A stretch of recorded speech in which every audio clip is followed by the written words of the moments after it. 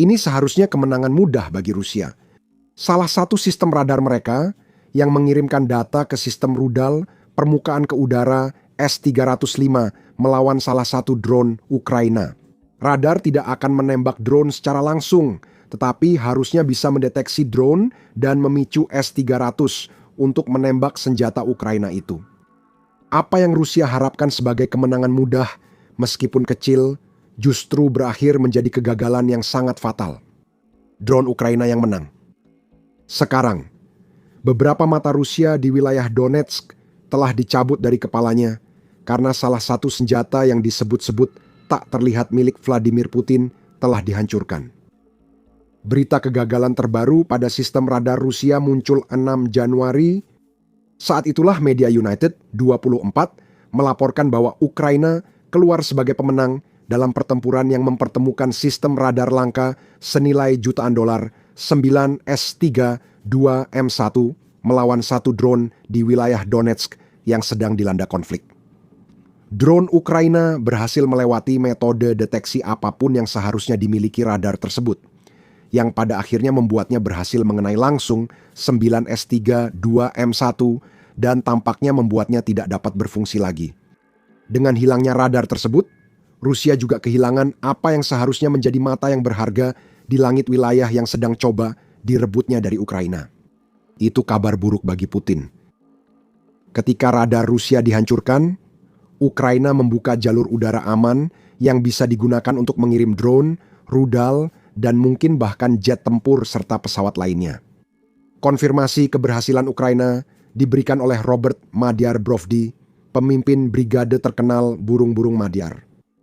Serangan dilakukan oleh unit sistem tak berawak 412 Nemesis Ukraina, sementara Brovdi berperan penting mempublikasikan dan memberi konteks serangan itu. Sebagai tokoh perang drone Ukraina, Brovdi membagikan rekaman dan analisis di Telegram, sering mengomentari serangan drone penting dalam perang ini. Forbes mencatat Birds of Madyar sebagai simbol evolusi pesat Ukraina dalam peperangan tanpa awak. Dengan Brovdi yang sering bertindak sebagai analis medan perang, sekaligus penyebar rekaman garis depan, bulan Januari memberikan contoh sempurna mengapa unit drone ini menjadi sangat penting. Dan komentar Brovdi menyoroti betapa gagalnya sistem radar Rusia dalam melindungi diri dari ancaman yang justru dirancang untuk mereka tangkal. Melalui Telegram, para ahli drone mengatakan bahwa radar worm dari sistem pertahanan udara S-305 telah dikubur di wilayah Donetsk pada tanggal 5 Januari 2026. Brovdi menjelaskan radar yang hancur itu buatan era Soviet, tetap mahal, kuat, dan sulit digantikan Rusia. Seperti biasa, Brovdi membagikan video yang mendokumentasikan keberhasilan terbaru Ukraina. Dalam video itu, kita melihat rekaman yang diambil oleh drone penyerang. Brovdi menggambarkannya sebagai drone serang jarak menengah, meskipun dia tidak menyebutkan merek atau model pastinya. Ukraina mengoperasikan drone kategori ini untuk menyerang target di wilayah pendudukan belakang garis depan. Drone ini mampu terbang lebih jauh dari drone first-person view jarak pendek, namun tetap mengirim rekaman serangan berkualitas tinggi. Pada saat yang sama, drone-drone ini tidak memiliki jangkauan ekstrim seperti sistem yang digunakan Ukraina untuk menyerang target jauh di dalam wilayah Rusia. Sesuai dengan namanya, drone ini mengisi celah penting di tengah, memungkinkan pasukan Ukraina menyerang markas, konsentrasi pasukan, pusat logistik, dan sistem pertahanan udara di dalam wilayah Ukraina yang diduduki. Itulah yang terjadi pada 5 Januari. Rekaman video 21 detik itu menunjukkan betapa terbukanya sistem Rusia. Drone itu mendekat lurus tanpa respons pertahanan udara, lalu menabrak modul radar 9 S-3-2M1 dari S-305. Jika identifikasi itu benar, radar dan baterai pertahanan udaranya akan tidak bisa digunakan. Euromaidan Press mengulas serangan itu lebih lanjut dengan mengutip laporan dari Militeni. Rekaman yang dibagikan menunjukkan drone langsung mengenai modul antena radar, catat media tersebut. Hal ini hampir pasti akan melumpuhkan seluruh sistem. Sementara, Sejauh mana kerusakan internal dan korban jiwa masih belum jelas karena informasi tentang hulu ledak drone tersebut terbatas. Militani menambahkan bahwa serangan tersebut mungkin juga telah merusak sasis radar dan berpotensi melukai awaknya. Namun, media tersebut memperingatkan bahwa kerusakan di luar apa yang terlihat di video tidak dapat dipastikan. Bahkan jika tidak ada tentara Rusia yang tewas dalam serangan drone terbaru Ukraina di Donetsk, burung-burung Madyar baru saja meraih kesuksesan besar. Dengan radar ini sudah tidak berfungsi, serangan lanjutan mungkin terhadap tentara Rusia di Donetsk kemungkinan besar kini menjadi mungkin dilakukan.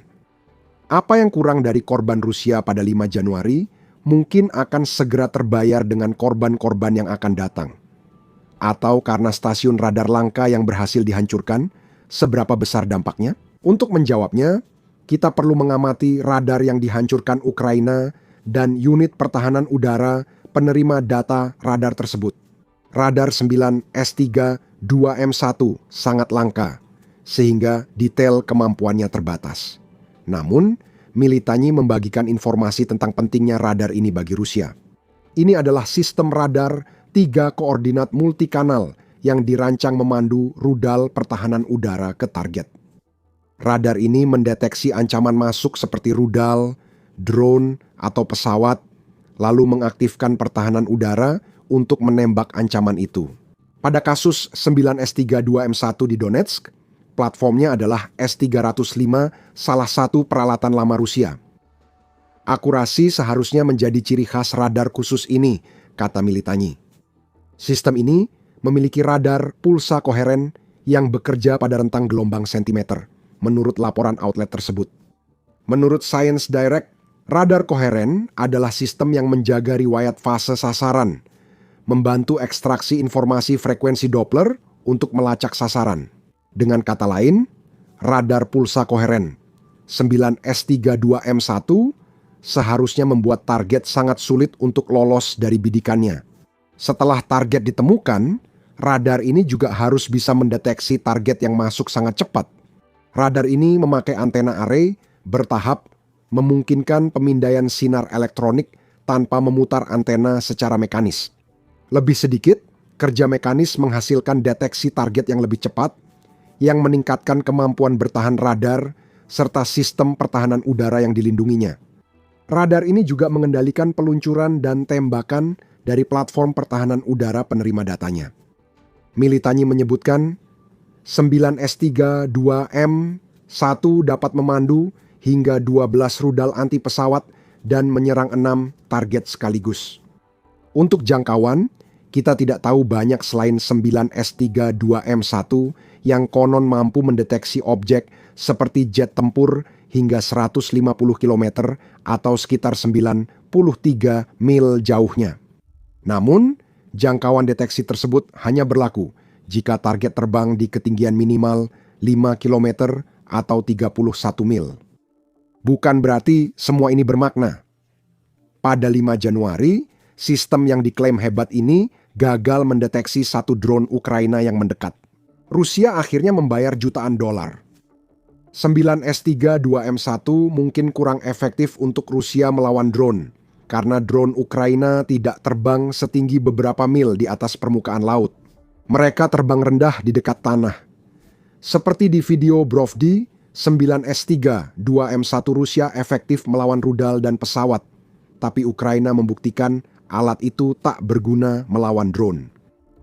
Mungkin itu alasan utama 9S3 2M1 sangat langka. Rusia mungkin ingin Ukraina mengira sistem radar ini jarang dipakai karena sangat kuat. Namun, mungkin sistem ini tak bisa mengatasi drone Ukraina, khususnya drone jarak menengah yang kini beroperasi di Donetsk yang diduduki. Sejauh ini, Ukraina tampaknya baru 2 kali berhasil menghancurkan 9S3 2M1 selama hampir 4 tahun perang dengan Rusia. Burung-burung Madyar telah menunjukkan bahwa tingkat kehancuran yang rendah ini kemungkinan besar lebih disebabkan oleh Rusia. Bukan karena radar itu efektif, tapi Rusia tahu radar itu sudah usang dan mahal, jadi jarang digunakan. Mari anggap sejenak 9S3 2M1 adalah radar seperti klaim Rusia. Cukup kuat dan cepat untuk mendeteksi hampir apa saja, sehingga menjamin respons pertahanan udara saat rudal atau pesawat menyerang. Jika memang begitu, penghancuran 9S3 2M1 di Donetsk itu penting karena bukan hanya radarnya saja yang telah dinonaktifkan. Tanpa matanya, S-305 yang bergantung pada 9S3 2M1 yang lumpuh menjadi tidak aktif. Tanpa Ukraina perlu menyerang platform itu. Itu penting karena meski sudah tua, S-305 tetap bisa jadi sistem pertahanan udara yang efektif. Terutama terhadap banyak pesawat tua yang bisa dikerahkan Ukraina di Donetsk. Hal itu dikonfirmasi oleh pengakuan militer yang menyoroti beberapa spesifikasi sistem tersebut. Disebutkan bahwa S-305 yang memiliki nama Sandi NATO Surface to Air 12 Gladiator Giant bersifat mobile dan mampu meluncurkan banyak rudal terhadap target yang masuk. Platform pertahanan udara ini punya 4 varian, tapi belum jelas varian mana yang dinonaktifkan Ukraina. Dengan serangan radar Donetsk, versi-versi terbaru meningkatkan akuisisi target radar S-305, jangkauan rudal, dan fungsionalitas secara umum. Bahkan jika itu hanya versi dasar platform di Donetsk. Hilangnya 9S-32M1 membuat Rusia tak lagi punya sistem itu. Sistem ini biasanya punya 4 peluncur rudal, masing-masing siap menembak dalam 15 detik setelah menerima data target. Respons ini sangat cepat dari data hingga penghancuran. Kecepatan tersebut, jika S-300 dipasangkan dengan radar 9S-3 2M1 membuat langit Donetsk yang diduduki berbahaya bagi jet tempur dan pesawat Ukraina. Odin menambahkan, S-305 cukup dihormati hingga dibeli beberapa negara. Negara-negara ini meliputi Tiongkok, Iran, Suriah, Mesir, Bulgaria, hingga Ukraina. Meskipun kemungkinan besar Ukraina memiliki S-300 yang tertinggal sejak masih menjadi bagian dari Uni Soviet. Media tersebut menambahkan bahwa sistem ini dioperasikan oleh 3 orang dan dapat dipasang hanya dalam waktu 5 menit serta dipindahkan dengan cepat juga. Odin menyatakan S-305 mampu membawa 9 rudal M82 Surface to Air, 12B dengan hulu ledak, fragmentasi berdaya ledak tinggi, dan kecepatan hingga Mach 8. Beberapa rudal S-305 bisa menjadi hipersonik. Tak ada yang bisa Ukraina kerahkan yang melebihi kecepatan rudal 9 M82 Surface to Air 12B itu. Kemampuan S-305 sia-sia jika tak bisa mendeteksi ancaman. Ukraina baru saja membutakan setidaknya 1 platform pertahanan udara ini di Donetsk. Itu menunjukkan makna kisah sukses terbaru burung-burung Madyar di Donetsk dalam konteks perang ini. Penghancuran radar 9S3 2M1 sebagai serangan tunggal memang penting untuk menyingkirkan S-300, tapi tidak menjadi peristiwa besar yang mengubah situasi bagi Ukraina. Namun, masalah besar Rusia adalah bahwa serangan pada 5 Januari itu bukanlah sesuatu yang terjadi sekali saja. Itu membuat Ukraina beruntung ketika berhasil menghancurkan sebuah platform pertahanan udara, dan itu hanyalah salah satu dari banyak serangan sukses yang telah dilakukan Ukraina sejak Februari 2022, yang berarti hal itu berkontribusi pada masalah pertahanan udara yang semakin besar dan tidak memiliki solusi dari Putin. Kehilangan platform pertahanan udara saja seharusnya sudah membuat Putin khawatir. Menurut Kementerian Keuangan Ukraina, Rusia telah kehilangan 1.269 platform anti pesawatnya dalam waktu kurang dari 4 tahun. Memang belum 1 per hari, tapi hampir mendekati. Setiap kerugian memaksa Rusia membuat pilihan sulit. Akankah mereka mengirim lebih banyak sistem pertahanan udara dari Rusia ke Ukraina? Jika benar, pertahanan itu tak mampu melindungi aset vital yang diserang Ukraina dengan drone jarak jauh seperti kilang minyak. Atau Rusia menerima kerugian dan membiarkan wilayah Ukraina yang diduduki tanpa perlindungan pertahanan udara. Itu juga bukan situasi yang bagus, karena kurangnya perlindungan menciptakan kerentanan yang bisa dimanfaatkan Ukraina untuk menyerang bagian belakang Rusia. Bagaimanapun juga, Ukraina yang diuntungkan. Masalah pertahanan udara Rusia tidak hanya sebatas jumlah platform dan radar yang hilang. Masalah rantai pasokan memicu hambatan pada produksi rudal dan pembangunan sistem baru pengganti yang dihancurkan Ukraina.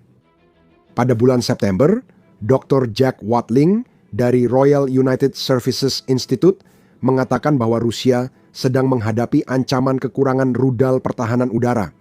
Diperkirakan puncaknya pada Februari 2026. Kekurangan ini akan memberikan peluang bagi Ukraina, kata Watling, sebelum menambahkan bahwa Ukraina akan dapat memanfaatkan kekurangan dan kelemahan Rusia untuk menyerang semakin banyak target dan memberikan tekanan pada industri Rusia. Kita sudah melihat Ukraina menghabiskan sebagian besar tahun 2025 melakukan hal itu di dalam Rusia. Dan sepertinya tahun 2026 juga akan demikian. Kurangnya rudal Rusia membuat serangan jarak jauh Ukraina makin dahsyat. Kekurangan ini juga akan berdampak serupa pada wilayah Ukraina yang diduduki. Membuka peluang seperti yang disebutkan oleh Watling dan mungkin memberikan Ukraina beberapa kesempatan untuk merebut kembali wilayah di sepanjang jalan. Memperburuk masalah rudal ini adalah ketidakmampuan Rusia untuk membangun pengganti pertahanan udara yang hancur sebanyak yang mereka butuhkan. Kyiv Post melaporkan masalah ini pada Desember dalam sebuah artikel. Pembuatan platform pertahanan udara S-400 Rusia bergantung pada komponen dari berbagai wilayah, seperti Asia Tengah dan Amerika Serikat. S-400 adalah versi lebih canggih dari S-300 Rusia, dirancang melampaui sistem Ukraina yang baru dinonaktifkan lewat serangan radar. Sekali lagi, ini adalah Jack Watling dari USI kami dengan detailnya. Dalam laporannya, lembaga pemikir tersebut mengatakan bahwa penegakan sanksi yang lebih ketat bersama dengan penerapan sanksi baru dapat memutus rantai pasokan yang dibutuhkan Rusia jika mereka ingin membangun lebih banyak S-400. Jack Watling menyatakan perlunya memperluas dan memperkuat kerja sama penegakan sebelum menambahkan mengesahkan sanksi saja tidak cukup. Jika pelanggaran masih jelas terjadi, artinya negara-negara belum cukup waspada memastikan sanksi dihormati. Masalah produksi dan kerugian besar pertahanan udara Rusia menciptakan celah. George Baros dari Institut Studi Perang, menyatakan kini banyak peluang Ukraina untuk menyerang Rusia dengan keras. Baros mengatakan, setelah melewati pelindung awal Ukraina, wilayah Rusia masih banyak celah dan kerentanan. Yang dibutuhkan Ukraina hanyalah senjata yang tepat dan pengetahuan tentang di mana letak celah-celah itu. Atau Ukraina bisa melakukan apa yang baru saja mereka lakukan di Donetsk. Menciptakan celah yang kemungkinan besar dimanfaatkan Ukraina untuk serangan berikutnya ke posisi Rusia di wilayah Donetsk yang diduduki. Itu adalah kabar buruk bagi Putin, karena ia telah menekan Ukraina untuk menyerahkan Donetsk sebagai bagian dari negosiasi perdamaian yang sedang berlangsung. Jika Putin benar, Ukraina hampir kehilangan wilayah tersisa di Donetsk. Seperti biasa, kenyataan sangat berbeda dari versi peristiwa yang dibuat Putin. Media United 24 melaporkan Rusia telah 11 tahun mencoba merebut Donetsk sejak kampanye agresi awal Putin yang menyebabkan aneksasi Crimea hingga November 2025. 4 tahun bertempur, 30% wilayah Donetsk masih belum direbut, termasuk sabuk benteng yang terdiri dari kota dan permukiman yang dipertahankan. Setiap upaya Rusia maju nanti akan terasa sangat menyakitkan bagi mereka. Putin tak akan cepat menang di Donetsk. Pada Desember, analis Institut Studi Perang menyatakan Rusia tak mungkin menaklukkan sabuk benteng sebelum 2027 atau 2028 jika serangan tetap sama. Para mitra Ukraina terus mendukung. Dalam konteks itu, serangan Ukraina ke Rusia di Donetsk yang dikuasai pasukan Rusia jadi hal buruk bagi Putin. Dia ingin membuat narasi tentang runtuhnya pertahanan Donetsk Ukraina. Namun, itu sulit karena drone Ukraina menghancurkan radar-radar penting. Tahun 2026 tampaknya tak seperti klaim Putin. Sementara Rusia kemungkinan besar akan terus mencoba melakukan kemajuan lambat dan stabil seperti yang telah kita lihat selama beberapa tahun terakhir, mereka akan tetap berusaha melakukannya. Ketika Ukraina memiliki drone jarak menengah, drone inilah yang baru menghancurkan beberapa pertahanan udara Rusia. Bagaimana jika Ukraina terus membangun dan menggunakannya seefektif pada 5 Januari? Pos komando, jalur logistik, dan lokasi pasukan andalan Rusia untuk menjaga serangan Donetsk kini terancam. Kehilangan 1932 M1 tak akan menghentikan serangan Rusia di Donetsk, tapi ini bisa jadi peringatan bagi pasukan Putin bahwa drone jarak menengah Ukraina siap hancurkan lebih banyak radar dan pertahanan udara. Setelah cukup banyak jalur udara aman dibuka, drone dan kekuatan udara Ukraina lainnya mungkin mulai membalikkan keadaan di Donetsk. Tapi ya, setidaknya Putin bisa merayakan kematian pemimpin kelompok partisan Rusia yang telah melawannya di Ukraina. Setidaknya itu yang dipikirkan Putin. Setelah Rusia membayar 500.000 sebagai hadiah atas kematian pemimpin militer yang katanya sudah mati itu, Ukraina mengungkapkan bahwa mereka memalsukan semuanya dan berhasil membuat Rusia membayarnya demi keuntungan tersebut. Cari tahu lebih lanjut di video kami dan jangan lupa berlangganan The Military Show untuk liputan terbaru tentang kejadian-kejadian di Donetsk. Dan terima kasih telah menonton.